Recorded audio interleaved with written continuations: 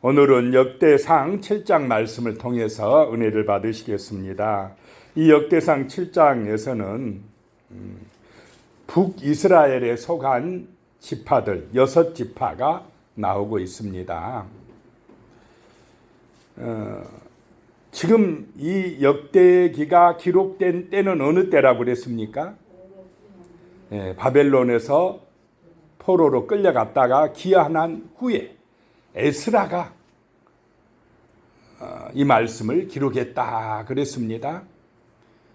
남의 나라에 70년 동안 끌려갔다가 돌아온 이 예루살렘은, 유대 땅은 완전히 폐허가 되어 있었습니다. 그래서 성전도 건축해야 되고 성벽도 다시 재건해야 되고 여러 가지 어려운 문제가 많이 있었습니다. 그때에 이 돌아온 백성들에게 소망을 심어주는 말씀이 바로 역대기다라고 하는 것입니다. 그래서 안 좋은 얘기, 부정적인 얘기, 왕들이 실패한 얘기는 어떻게 한다고 그랬습니까? 다 빼고 소망을 주는 말씀, 희망을 주는 이야기들로만 주로 하고 있다라고 하는 것입니다. 지금 여기서 나오는 북쪽 지파에 속한 6지파는 그때까지 남아있던 사람들이라는 것입니다. 이 말은 바벨론 포로로 끌려갔다가 신앙을 이유하여 남유다 백성들과 함께 돌아온 후손들이었다라고 하는 것입니다. 비록 북쪽 지파 그 여로보암의 금송아지 우상 숭배하에 들어간 지역이었지만 거기서도 히스기야 왕과 요시야 왕이 종교 개혁을 할 때 이것은 아니다, 여호와께로 돌아가야 된다라고 하는 사람들이 북쪽에도 있었겠습니까? 없었겠습니까? 있었다라고 하는 것입니다. 그래서 그 종교 개혁에 함께 참여했던 후손들은 믿음의 뿌리를 가지고 있었다는 것입니다. 그래서 이 포로 귀환 때도 같이 귀환하는 후손들이 있었다라고 하는 것입니다. 그래서 여기에 지금 기록이 되는 것입니다. 그 지파가. 그런데 여기에 기록되지 아니하는 지파 둘이 있는데 역대기에 안 나옵니다. 스불론 지파하고 단 지파는 빠져 있다라고 하는 것입니다. 이것은 무슨 얘기겠습니까? 신앙의 족보에서 사라져 버렸다라고 하는 것입니다. 우상 숭배하다가 그 후손들은 이제 믿음의 계보에서 사라지고 말았다라고 하는 것입니다. 우리는 아무리 힘들고 어려워도 이 신앙, 이 믿음은 끝까지 지켜나가서 또 우리 후손들에게 전해주어야 할 줄로 믿습니다. 그래서 신앙의 계보, 그 믿음의 족보에 들어가야 우리는 영원한 천국에서 정말 하나님의 은혜와 사랑과 영생의 복을 누리게 될 줄로 믿으시기 바랍니다. 그래서 그 6지파가 나오는데요. 1절에 보면 이사갈의 아들들은 돌라와 부하와 야숫과 시므론 4사람이며 이사갈 지파의 후손들이 나오고 있습니다. 이 지파의 후손들도 신앙의 대열에 참여하고 있었다라고 하는 것입니다. 창세기 49장 14절에 보면 이사갈에 대해서요, 양의 우리 사이에 꿇어 앉은 건장한 나귀로다, 이렇게 축복하고 있습니다. 이 이사갈 지파는 비록 우직하여도 튼튼하고 힘이 센 지파였다라고 하는 것입니다. 그렇게 될 것이다 라고 하는 것입니다. 꿇어 앉은 건장한 나귀다. 그래서 짐을 실어 나를 수가 있다라고 하는 것입니다. 그런 축복을 받은 지파다라고 하는 것입니다. 2절에 돌라의 아들들은 우시와 느바야요 여리엘과 야메와 입삼과 스무엘이니 다 그의 아버지 돌라의 집 우두머리라. 대대로 용사이더니 다윗 때에 이르러는 그 수요가 22,600명이었더라. 대대로 용사이더라. 우직한 믿음을 가지고 지켜나갈 때에 하나님의 은혜가 임할 줄로 믿으시기 바랍니다. 대대로 용사같이 되어진다. 그 힘이 하나님의 은혜다는 것입니다. 5절에 그의 형제 이사갈의 모든 종족은 다 용감한 장사라. 그 전체를 계수하면 8만 7천 명이었더라. 하나님의 은혜로 이사갈 지파는 그 신앙을 지켰고 번성하였다라고 하는 것입니다. 성도들은 기도함으로 신앙을 지킴으로 세상을 이기는 용감한 군사들이 될 줄로 믿습니다. 성령의 은혜다라고 하는 것입니다. 그 다음에 나온 지파가 베냐민 지파입니다. 6절에 보면 베냐민의 아들들은 벨라와 베겔과 여디야엘 세 사람이며, 이 베냐민 자손들도 끝까지 신앙을 지켰다라고 하는 것입니다.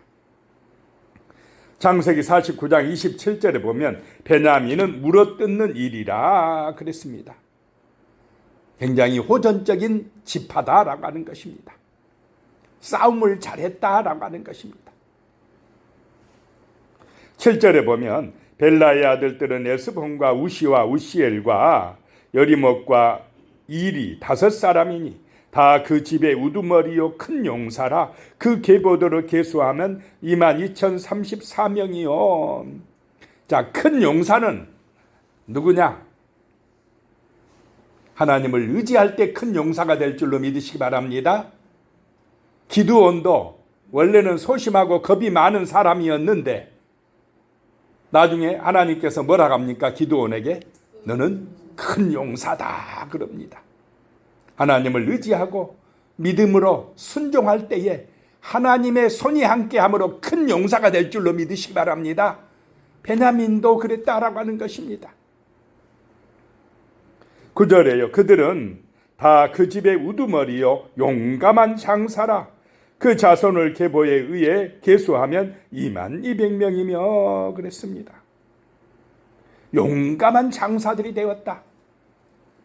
그들은 승리하였다라고 하는 것입니다. 오늘 이 시대도 하나님의 은혜로 세상을 이기는 거룩한 백성들이 되어야 할 줄로 믿습니다. 하나님께서 큰 용사다. 우리를 인정해주고 붙들어주고 힘을 주므로 진정한 평화를 누리고 행복해지고 이 땅 가운데서 거룩한 전쟁으로 승리하고 하나님의 나라를 이루는 교회들이 되어야 할 줄로 믿습니다. 그 힘이 기도다는 것입니다. 신앙이다라고 하는 것입니다.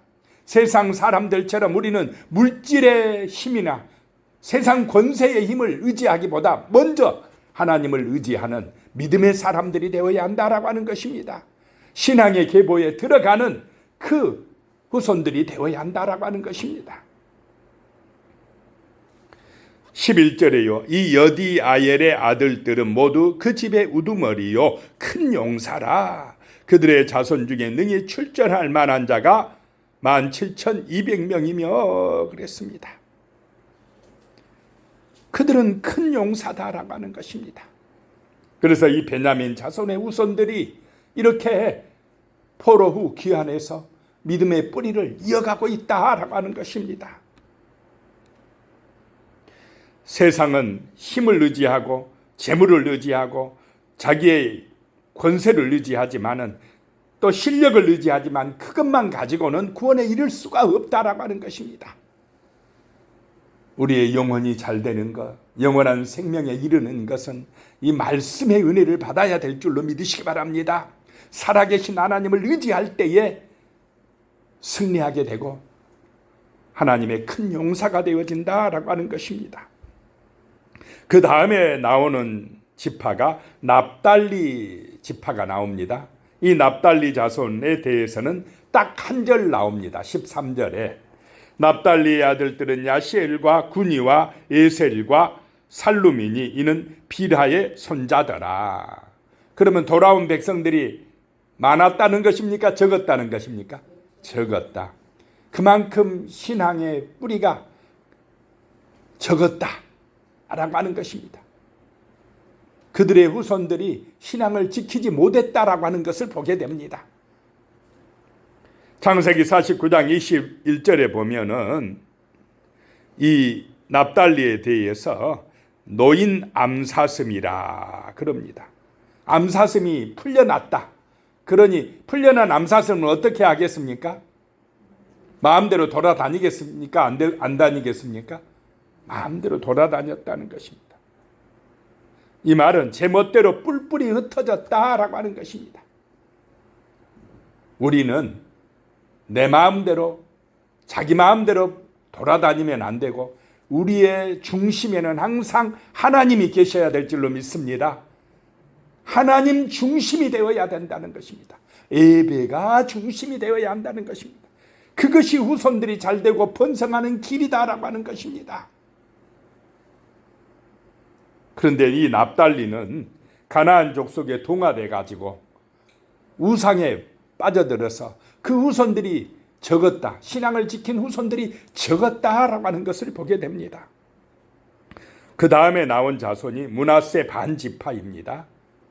므낫세 다른 반지파는 요단 동편에서 땅을 얻었고, 여기 므낫세 반지파는 요단 서편에서 땅을 얻었던 그런 후손들입니다.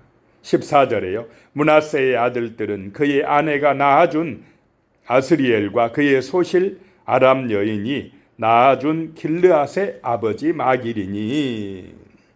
15절에요. 마길은 훈빔과 숲빔의 누이 마아가라 하는 이에게 장가들었더라. 므낫세의 둘째 아들의 이름은 슬로부앗이니 슬로부앗은 딸들만 낳았으며 그랬습니다. 자, 이 슬로부앗의 딸들에 대한 이야기는 우리가 앞에서 들었지 않습니까? 슬로부앗은 딸만 5 낳아놓고 아들을 낳지 못하고 죽었다라고 하는 것입니다. 그러자 그 딸들이 아버지의 재산을 우리에게도 물려주시옵소서 이렇게 요구를 했다라고 하는 것입니다.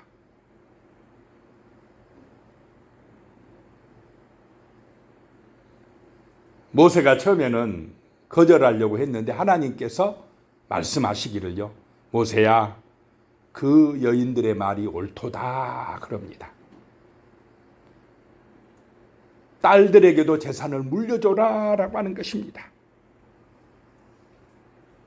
자, 하나님의 은혜를 받는 데는 남녀 차별이 없는 줄로 믿습니다.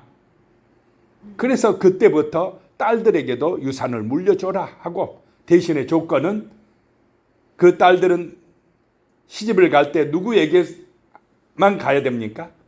므낫세 그 지파 안에서만 가야 그 지파의 땅이 다른 지파로 넘어가지 않게 된다라고 말씀을 하셨습니다.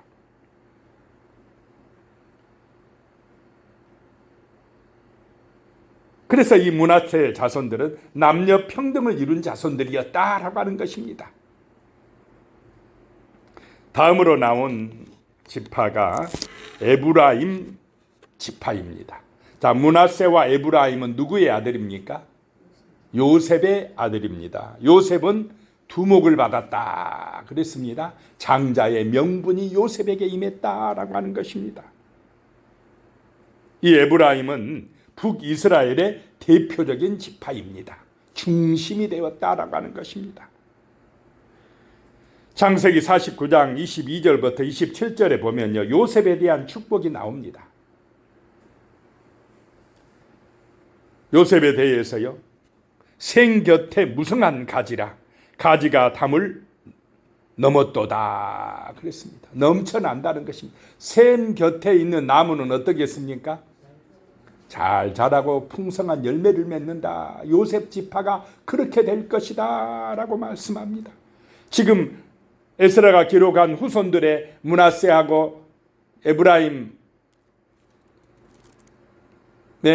지파에 대한 이야기가 많이 기록되어 있다라고 하는 것입니다. 그만큼 신앙을 지킨 후손들이 많다라고 하는 의미입니다. 또 요셉의 활은 굳세며 그랬습니다. 이스라엘의 반석이신 목자의 힘, 그 전능자의 힘으로 하늘의 복과 셈의 복과 태의 복을 받으리라 라고 한 대로 복을 받았다라고 하는 것입니다. 하나님을 의지할 때에, 신앙의 후손이 될 때에 이런 은혜가 임할 줄로 믿습니다. 이 에브라임이란 뜻은 번창하다, 열매를 2배로 주셨다라고 하는 의미입니다. 하나님의 은혜였다라고 하는 것입니다. 27절에 보면요, 그의 아들은 눈이요 그의 아들은 여호수아더라. 눈의 아들 여호수아 누구입니까? 모세의 후계자가 되어 이스라엘 백성들을 가나안 땅으로 인도했던 사람, 가나안 정복에 앞장섰던 여호수아입니다. 그 여호수아가 무슨 지파에서 나왔다 이 말입니까? 에브라임 지파에서 나왔다라고 하는 것입니다. 여호수아란 이름의 뜻은요, 여호와께서 구원하신다라고 하는 것입니다. 그 다음에 이제 30절에 가면 아셀 지파에 대한 말씀이 나오고 있습니다. 아셀의 아들들은 임나와 이스와와 이스유와 부리야요 그들의 매제는 세라이며 그랬습니다. 아셀의 후손들도 여기에 많이 있었는가 봅니다. 그래서 이렇게 신앙의 족보에 기록되고 있다라고 하는 것입니다. 창세기 49장 20절에 보면 아셀에게서 나는 먹을 것은 기름진 것이라 그가 왕의 수라상을 차리리로다 라고 축복하고 있습니다. 이 축복대로 아셀 지파는 해변 평야 지역을 차지했습니다. 그래서 양식이 풍성한 그런 복을 받았다라고 하는 것입니다. 그들이 왕의 수라상을 차리리로다. 그만큼 풍성한 그런 복을 받았다라고 하는 것입니다.